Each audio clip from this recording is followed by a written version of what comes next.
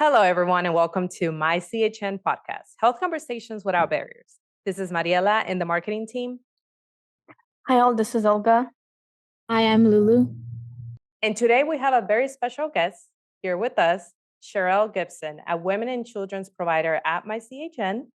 And today we're going to be talking about cervical cancer awareness. Thank you, Cheryl, for being here.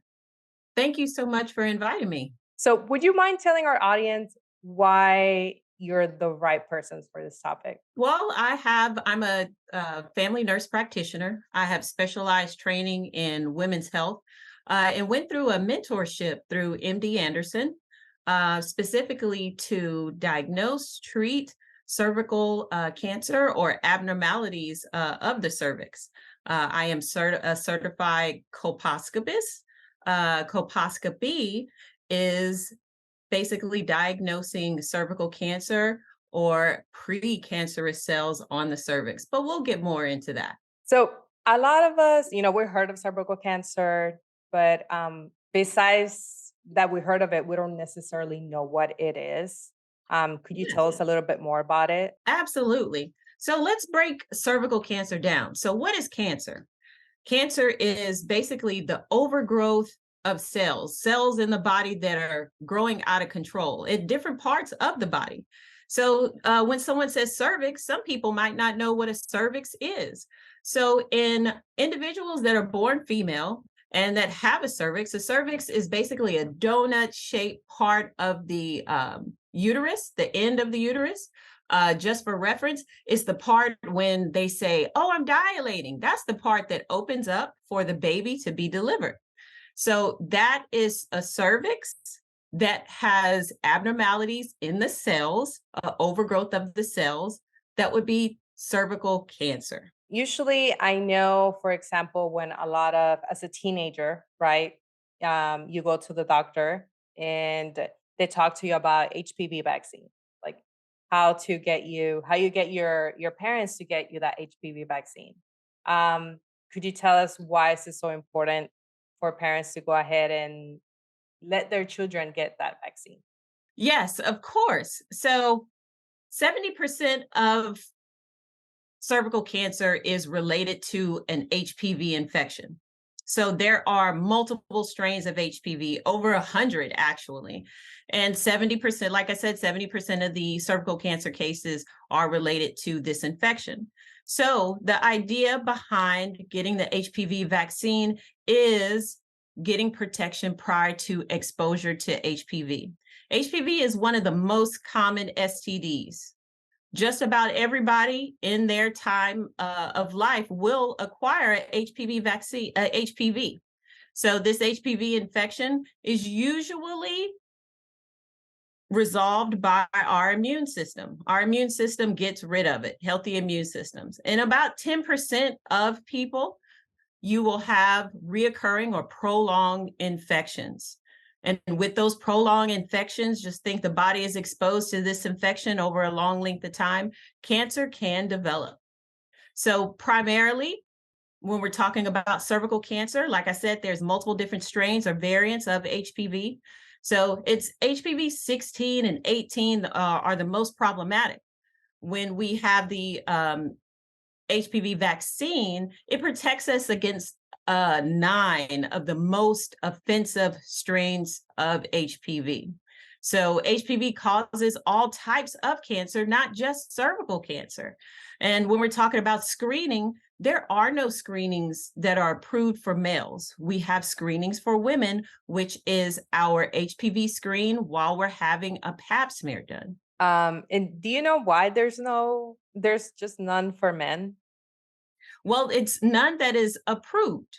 Now, when we're talking about HPV infections, usually in men, when it is detected is once it has turned into cancer, and then they test it, and then there is HPV seen to be the cause of their rectal cancer, their colon cancer, mouth cancers. Thank you, Cheryl, for explaining that. And that seems like a very important topic. And What are the other options to protect yourself other than the HPV vaccine? Is there any other things we can do to kind of prevent that? Well, to help protect yourself is to have the best immune system you can possibly have. And by doing that, we want a healthy lifestyle. We want to make sure that we are not adding any type of offenses to our immune system, meaning things like smoking, other obesity, as well as things that impact our immune system directly, which would be HIV. So HIV suppresses the immune system. So having safe sex, that also would help. I know that with the HPV vaccine, it's usually given like when you're preteen, so like 11, 12, 13. So what if someone didn't get it between those years of life? Can they still get the vaccine after? Yes, you can. The starting age of getting the HPV vaccine, you can get it as early as 9. Mostly it's targeted between the ages of 11 and 12, and can be given up all the way to 26 and sometimes 45 in some cases. Wow, I didn't know about you could get it until 45. So that's good. There's still women out there that could get, that protection. We were reading the statistics, and the majority of women that get impacted by cervical cancer is, women of color. So it said that the majority of cases, except, Hispanic women, it's African American women that get impacted by cancer, by cervical cancer. Do you know usually why they're the ones that get most impacted? There's multiple reasons why women of color are at a higher risk of dying from cervical cancer. There are racial discriminations, distrust of the medical field due to a cultural history of abuse. And those are the type of things we try to overcome. There may be barriers as far as accessibility to healthcare, consistent visits to the doctor that would give you reproductive health care, lack of GYN or gynecological care, women's health, just the inability to be able to get to it. It could be lack of transportation. It could be lack of insurance to be able to even sign up or go to the doctor's office. That just may not be an option for some. I grew up in a very poor neighborhood, so it's mostly, people of color living there. Um, I remember it because I wanted to play sports. We went into a clinic, and they told my mom about the HPV vaccine. But if it wouldn't have been because I wanted to play sports, I would have not gotten that vaccine. So I think about a lot of kids that I went to school with that, all of us had like in a poverty level. And I can see how, that affected them living in that area, their parents working all the time, not being able to take them to sport events or anything. I could see how there are higher rates within the minority community. Yes, absolutely. Accessibility, um, consistency, having a healthcare organization that you can trust is very, very important. From the time that you were born to when you were older in life, preventative care is what that would be for your HPV vaccine. That would be preventative care. So just think about it. You're getting that HPV vaccine when you're 9, 11, 12. That's going to help you when you're 50, 60. Yes, I do believe that's a big issue and a barrier that people are scared that they don't have might not have insurance, or they think that they can afford the health care. But I do believe that's so important to get checked. And what would you say, Cheryl? What would you recommend? How often should you get tested? Uh, Well, it's going to depend on your age. So we can start testing or screening for cervical cancer between the ages of 21 and 25. Okay.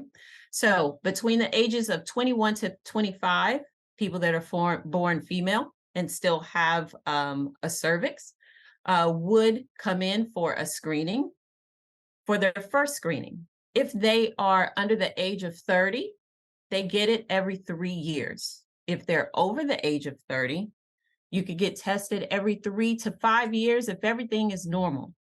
Now, of course, this testing or screening pattern is different should something come up to be abnormal, but your standard screening is not yearly. I have a lot of women that come in and they need to get a pap smear done every year. That's not necessary. So it's just going to depend on your age. It's going to depend on what your history of pap smear results and HPV screening results are. So after someone gets their test, so their pap smear, if something comes abnormal, are there any symptoms that they look for? Some, like with COVID, you might be coughing or something. What are the symptoms for cervical cancer? Specifically, if we're talking about symptoms for cervical cancer, there are no symptoms until it is very advanced. So the symptoms for advanced cervical cancer is going to be bleeding after sex, discharge that is not normal for you, that continues and does not resolve, and just abnormal bleeding. Let's just say you have a period and it goes on and on and on and on. Some people even have pelvic pain. But early cancers, pre-cancerous cells, there are no symptoms. That's why it's very important to get your annual checkups as well as your timely scheduled pap smears and your HPV screenings. It sneaks up on you pretty much if you're It not is getting silent. that. Yes, it is silent. What would you like to say to anyone that is already about to turn 21, or it's already 21, 22, and has not gotten their checkup yet? Take care of yourself. And the first and best thing to do is to come in for a physical. Do your annual physicals, not only just for cervical cancer, but you're going to want to do your STD testing. We're going to want to take a look at our family history, see what you are at risk for. So this is preventative care. Like I said, the earlier you start preventative care, the better chance that you have at looking for a long, healthy life with a great quality of life. So take care of yourself by coming in annually. Touching on the family part, I remember I did not understand it because I was probably like 15. Angelica Jolie took off her something uterus because in her family it ran. So what is it usually something that it's a family, it's genetic? Usually not. No, 70% of cervical cancer is related to this HPV infection. So it is just good to talk to your family members, but it might not just come from them, which is a good point because I feel a lot of the time talking to family members, seeing what runs in the family Yes, so that you know what to absolutely. say. Yeah. Yes, absolutely. This month, January, is Cervical Cancer Awareness Month. It's a big, huge deal because we have some women that they may have talked to family members or may have seen things on social media, how painful a pap smear is, when in fact, it is not. Your fears should be discussed with your healthcare provider. We always discuss and talk about our concerns prior to doing any exams. So just to give you a description of what what a pelvic exam or a pap smear is like, you may have seen on TV where they show the duckbill, the speculum that is inserted, and that seems scary, when in fact it's not. The test, absolutely not. The pap smear, you may not even feel when the cells are collected. So yes, we do have you lay on the table. Yes, we do insert a speculum, but by no means would we call it painful. So always discuss your fears and your concerns with your healthcare provider instead of avoiding testing, because avoiding testing, avoiding screenings can put you at a high risk for things that you don't know about. We were talking about symptoms. For cervical cancer, what you don't want to do is ignore your screenings And then you start having symptoms when everything has progressed far, far along. Good point. I remember this is a personal story, but I remember when I turned 21, it was around like when COVID started. So I had to move my pap smear, and me and my mom just never talked about it. All I knew was that like I just saw this commercials of the very large duck thing. I was nervous about it, but when I got there, it Yes. wasn't that bad. No. So No, it's never as bad as your anticipation of it. So I wouldn't even call it a procedure. It's just an exam. And we always talk our ladies through it. We want to make sure that they are comfortable, because what we don't want to do is to have a traumatic exam and the person does not return. So therefore, they are behind on their screenings. And then they turn around and they don't come back for another 20 years. And we have some unfortunate test results that we now have to take care of. Lulu, you touched on a very good point. I don't think from my experience, I never really talked about my health in that way with my mom or any of my aunts. Really, we never talked about being aware about what's going on. Um, do you see that a lot, Sherelle, where no one really talked about it in the family? Absolutely. Absolutely. That's why when we're talking about subjects related to our female health, I always start out with an anatomy lesson, because some of us would be surprised that we don't know all of our body parts, because honestly, we can't see everything. So I always start out with an anatomy lesson. And sometimes our relationships, our family relationships, especially when we're in our teens, we're super embarrassed to talk about things, to talk about our body parts. So I always want to make sure that this is as comfortable as possible, because I will have young ladies come in and they want to ask those burning questions that they've thought about with themselves or talk to their friends, and their friends may not be a good resource to discuss everything and to get the facts. So I try my best to make sure that all of my ladies, when they come in, feel comfortable to discuss, um, and it be a safe place to discuss things. It's always important to develop a relationship with your provider and to feel safe to discuss any and everything. In a previous podcast, we were talking about how sometime, for example, my parents are immigrants, Lulu's parents are immigrants. They always say, don't write everything that's wrong with you on the chart history because insurance would charge you more. So even on that, sometimes they don't, a lot of patients don't put all their history, all their medical history. They don't share everything with their providers as well. Yes, and that could ultimately cause you harm, because, as I said, creating a safe space to discuss means to discuss everything, because a symptom or history that you don't disclose because of either embarrassment or fear of being charged more may be to your demise later on, because it may be something that is not considered because you declined to tell your provider. And that may be essential to your health. That may be essential to saving your life. so if someone finds out that they do have cervical cancer, what treatment options are available for them? So first of all, you would be referred to an oncologist, okay? And a gynecological oncologist is a doctor that treats female productive cancers. So your options for treatment is going to depend on the grade of your cancer, how far it has progressed, has it spread anywhere or metastasized.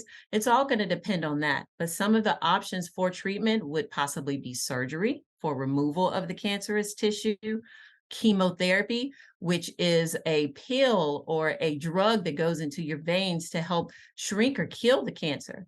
And other forms would be radiation. So that's like high energy X-rays, if you will, to kill the cancer, directly pointed toward the cancer. What about if someone finds to have HPV while they do the test? What would be the treatment? So should you have a pap smear that comes back?